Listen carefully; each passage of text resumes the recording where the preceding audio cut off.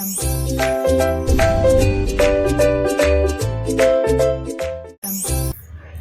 everyone, welcome to my channel Chemistry SR.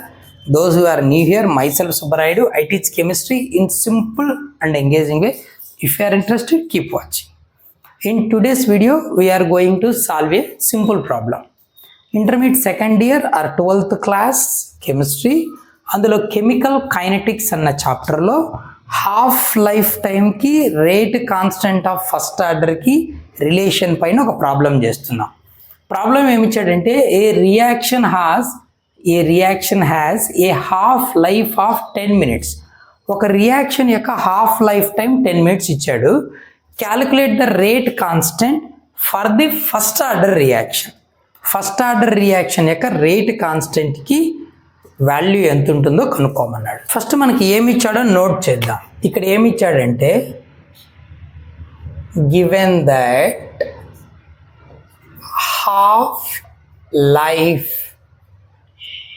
Nothing but T half అంటాం, half life time which is equals to 10 minutes అన్నాడు. Half life time అంటే ఏంటి?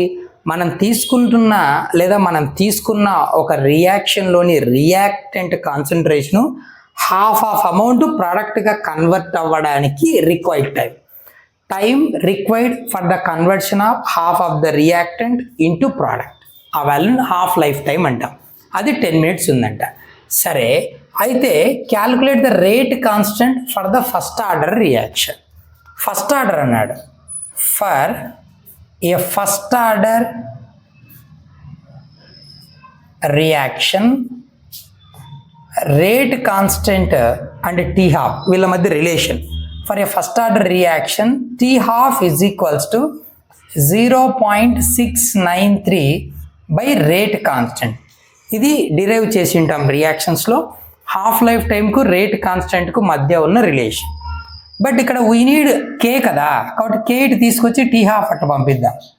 కే is equals to 0.693 by T half. K is equals to 0.693. T half ఎంత ఇచ్చాడు? 10 minutes ఇచ్చాడు. By 10. Therefore K is equals to 0. By 10 వేస్తే ఏమవుతుంది? 0.0693. 10 అనేది minutes కదా, 10 అనేది ఏంటి? Time, minutes. పైకి వస్తే మినిట్ ఇన్వర్స్ ఇది అన్నమాట. ఓకేనా? సో ఇది rate constant value for first order which is calculated when half lifetime is given. Thank you. Hope you understand. Keep watching for more videos.